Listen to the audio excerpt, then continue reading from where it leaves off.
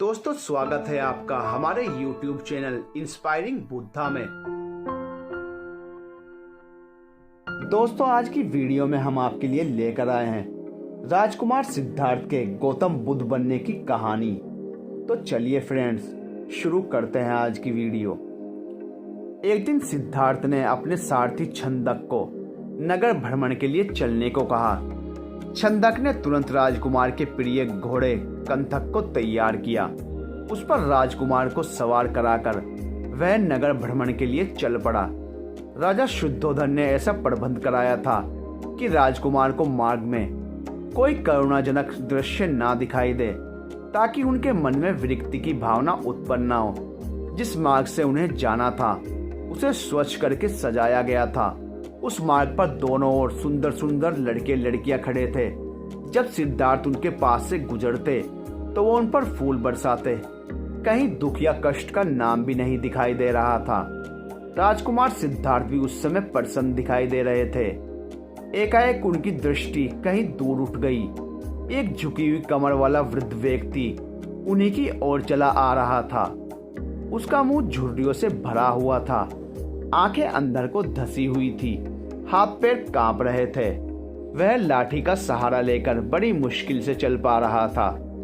जरा उधर देखो छंदक, सिद्धार्थ ने उस वृद्ध की ओर संकेत करते हुए कहा। उस आदमी की ओर जिसकी कमर झुकी हुई है। मुझे बताओ कि उसे क्या हो गया है। वह इतना असुंदर क्यों है? वह ठीक से चल क्यों नहीं पा रहा? राजकुमार, छंदक ने उत्तर दिया, वह व्यक्ति बूढ़ा हो गया है। उसकी आयु अधिक हो गई है। अधिक आयु हो जाने पर व्यक्ति ऐसा ही हो जाता है। तो क्या अधिक आयु हो जाने पर मैं और यशोधरा भी ऐसे ही हो जाएंगे? सिद्धार्थ ने चिंतित स्वर में कहा। हम भी बूढ़े हो जाएंगे, हम भी असुंदर हो जाएंगे, हम भी ठीक से नहीं चल पाएंगे। सच यही है राजकुमार, छंदक ने उत्तर दिया। ऐसा सभी के साथ होता है। बूढ़ा हो जाने पर मनुष्य की यही दशा होती है। शरीर इसी प्रकार कमजोर और असुंदर हो जाता है। सिद्धार्थ की सारी प्रसन्नता छूमंतर हो गई। उन्होंने छंदक को महल लौटने की आज्ञा दी। जब सिद्धार्थ अपने महल पहुंचे तो उन्होंने यशोधरा को अपनी प्रतीक्षा करते हुए पाया। उन्होंने उदास देखकर यशोधरा से पूछा, क्या बात है स्वामी, क्या आप थक गए? नहीं यशोधरा, सिद्धार्थ ने एक लंबी सांस लेकर उत्तर दिया, मैं थका हुआ नहीं हूँ। बात यह है कि आज मैंने एक ऐसे व्यक्ति को देखा जो बहुत कमजोर था।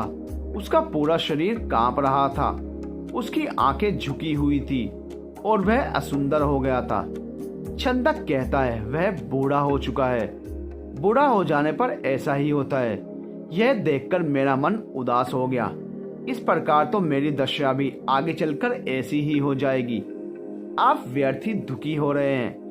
यशोधरा ने कहा, छोड़िए इस बात को, आप अपने मनोरंजन कक्ष में जाइए। पिताजी ने आपके मनोरंजन के लिए खास नर्तकी और गायिका को बुलाया है। आप वहां जाकर मनोरंजन कीजिए, आपकी सारी उदासी दूर हो जाएगी। यशोधरा की बात मानकर सिद्धार्थ मनोरंजन कक्ष में चले गए। वहां नर्तकी और गायिका ने अपनी कला का भरपूर प्रदर्शन किया। उन्होंने सिद्धार्थ की उदासी को दूर करने का पूरा प्रयास किया, लेकिन सिद्धार्थ की उदासी दूर नहीं हुई। उनकी आंखों के सामने रह रहकर वही वृद्ध व्यक्ति घूम रहा था जिसे उन्होंने मार्ग में देखा था। वह बार बार यह सोच रहे थे कि क्या बूढ़ा होने से बचने का कोई उपाय नहीं है। कुछ दिनों बाद अचानक सिद्धार्थ ने पुणे भ्रमण की इच्छा व्यक्त की। इस बार छंदक एक रथ सजा कर ले आया। रथ पर सवार होकर सिद्धार्थ पुणे नगर की ओर भ्रमण की ओर चल पड़े। इस बार छंदक पूरा प्रयास कर रहा था कि राजकुमार को कोई करुणाजनक दृश्य दिखाई ना दे, लेकिन जो होना होता है वह होकर ही रहता है। मार्ग में सिद्धार्थ को एक रोगी व्यक्ति दिखाई दिया। वह रोग के कारण कराह रहा था। सिद्धार्थ ने तत्काल रथ रुकवाया और छंदक से पूछा, इसे क्या हो गया है? यह इस प्रकार कराह क्यों रहा है? राजकुमार, छंदक ने उत्तर दिया, इसे रोग ने घेर रखा है। यह रोग के कष्ट को सहन नहीं कर पा रहा है, इसी कारण कराह रहा है। परंतु उसे रोग ने क्यों घेर लिया? सिद्धार्थ ने आश्चर्य से पूछा। छंदक ने उत्तर दिया, रोग तो बड़े बड़े स्वस्थ व्यक्तियों को भी घेर लेता है, उन्हें भी रुला देता है। इसमें आश्चर्य की कोई बात नहीं है। अपने जीवन काल में कोई ना कोई रोग लगभग प्रत्येक व्यक्ति को हो जाता है। ओ, सिद्धार्थ बड़बड़ाए, तो रोग भी मनुष्य को कष्ट पहुंचाते हैं, इनसे भी मनुष्य नहीं बच सकता। मैं भी नहीं बच सकूंगा। जब मुझे भी कोई रोग हो जाएगा तो मैं इसी तरह दर्द से कराऊंगा। छंदक ने रथ को आगे बढ़ाया। थोड़ा आगे चलने पर सिद्धार्थ को एक शव यात्रा जाती हुई दिखाई दी। उन्होंने पुनः छंदक से प्रश्न किया, यह कैसा दृश्य है? 4 व्यक्ति अपने कंधों पर किसे लेकर जा रहे हैं? इनके पीछे कुछ लोग रोते हुए क्यों जा रहे हैं? राजकुमार, छंदक ने उत्तर दिया, यह व्यक्ति मर गया है। यह चारों इसके संबंधी हैं। ये इसके शव को उठाकर शमशान ले जा रहे हैं। जो पीछे पीछे रोते हुए जा रहे हैं वे इसके कुटुंब के लोग हैं। शमशान में इस मृतक शरीर को जला दिया जाएगा। यह व्यक्ति मर क्यों गया? सिद्धार्थ ने अगला प्रश्न किया। छंदक ने कहा, मृत्यु संसार का एक अटल सत्य है। मृत्यु ने आज तक किसी को नहीं छोड़ा। कोई भी व्यक्ति किसी भी समय पर मर सकता है। यह सुनकर सिद्धार्थ का दिमाग घूम गया। वह ठंडी सांस लेकर सोचने लगे, क्या इसी को जीवन कहते हैं, जिसमें मनुष्य को तरह तरह के रोग घेर लेते हैं, जिसमें कभी भी मृत्यु का आगमन हो सकता है। मनुष्य जब बूढ़ा हो जाता है तो वह दुर्बल और असहाय हो जाता है। उसके शरीर को जलाकर भस्म कर दिया जाता है। क्या जीवन के इन भयानक दुखों से छुटकारा नहीं मिल सकता?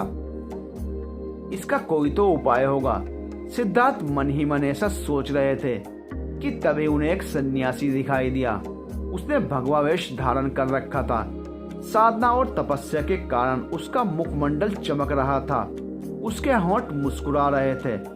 सिद्धार्थ को वह संसार का सबसे प्रसन्न व्यक्ति दिखाई दिया।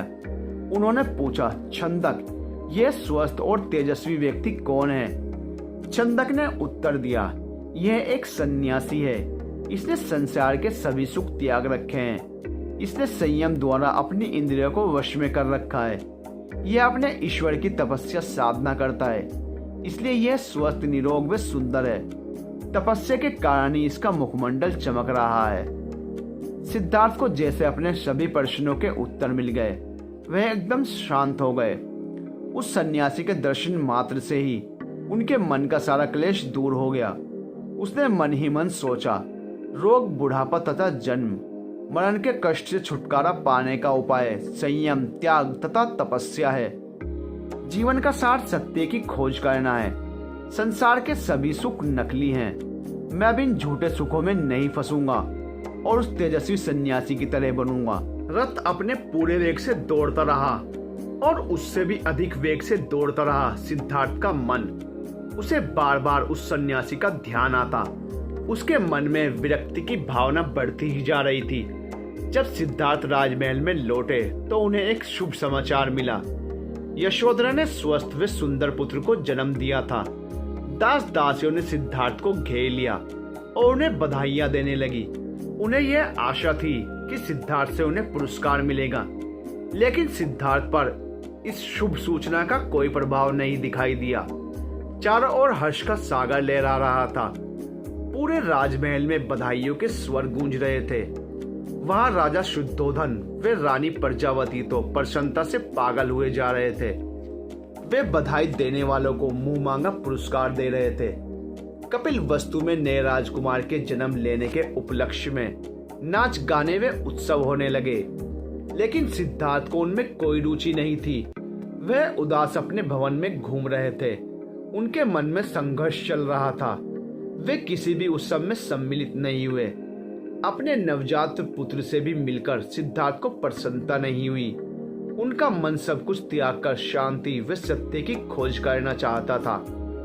एक रात आषाढ़ की पूर्णिमा का चंद्रमा पृथ्वी पर अपनी शीतल चांदनी बिखेर रहा था। राजभवन में यशोधरा अपने पुत्र को छाती से लिपटाए सुख की निद्रा सो रही थी। दासिया भी अपना कार्य समाप्त करके गहरी निद्रा का आनंद ले रही थी। सिद्धार्थ अपने बिस्तर से एकाएक उठ खड़े हुए और भवन से बाहर चले गए। भवन से बाहर निकलकर वह सहसा ठिठके। उनके मन में एक बार यशोधरा व राहुल को देखने की इच्छा उत्पन्न हुई। वह वापस जाने के लिए मुड़े, परंतु जिस प्रकार कोई सर्प अपनी केंचुली को उतारकर उसकी ओर नहीं देखता, वैसे ही सिद्धार्थ ने भी अपने मोह को एक ही झटके में त्याग दिया। धीरे धीरे चलते हुए सिद्धार्थ वहां जा पहुंचे जहां उनका सारथी छंदक सो रहा था। सिद्धार्थ ने उसे जगाया। छंदक ने चौंक कर अपनी आंखें खोली। वे निकट बधे कंथक घोड़े ने भी हिल हिलाकर सिद्धार्थ की ओर देखा। राजकुमार, छंदक ने नम्रता व आश्चर्य से कहा, आप और यहाँ, वह भी रात के इस समय, सब कुछ ठीक तो है ना? छंदक, सिद्धार्थ ने आदेश दिया, तुरंत रथ तैयार करो, मैं इसी समय राजभवन से बाहर जाना चाहता हूँ। छंदक ने ध्यानपूर्वक सिद्धार्थ की ओर देखा। वह कुछ पूछना चाहता था, परंतु पूछने का साहस न कर सका। रथ को तैयार करके वह सिद्धार्थ के निकट ले आया।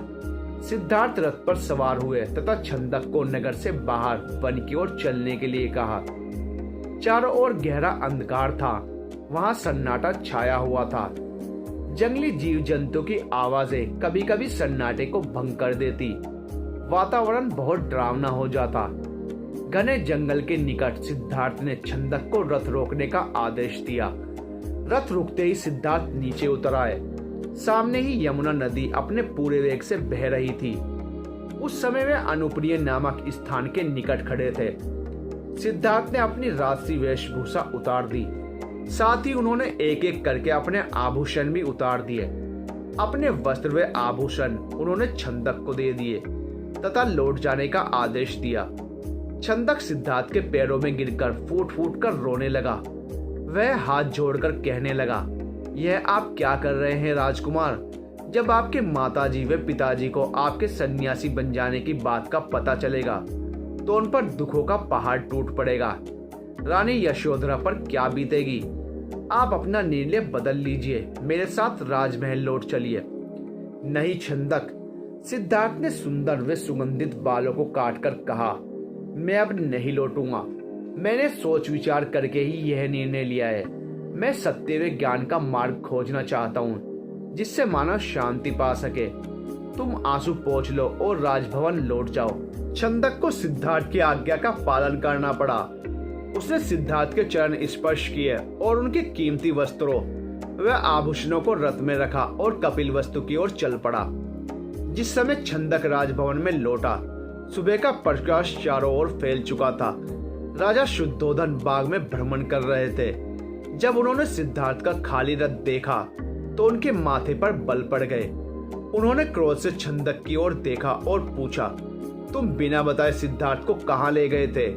वह इस समय कहाँ है? छंदक ने रोते हुए पूरी बात बता दी। फिर रथ से सिद्धार्थ के कीमती वस्त्र व आभूषण लाकर उन्हें सौंप दिए। शुद्धोधन उन वस्त्रों को छाती से लिपटाकर फूट फूट कर रोने लगे। उन्होंने कहा, विद्वान पंडितों व ज्योतिषियों की भविष्यवाणी आज सच हो गई।